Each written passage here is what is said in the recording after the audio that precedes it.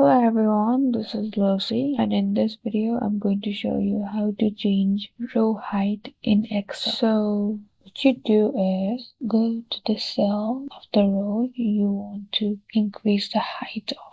Select that, and in Home tab there is an option called Format in the Cells ribbon. Click on that and you'll find the row height. So if you click on it, you'll get a new window with the row height 14.4 or 15. 15 is the default height. If you want to increase it, then set 25.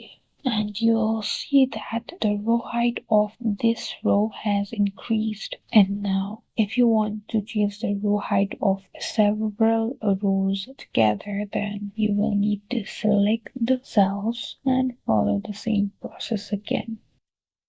Here, you will see that a bunch of rows have increased their row height. And that's it for this video. Thank you guys for watching. Like and subscribe for more videos, and I'll meet you guys in the next video.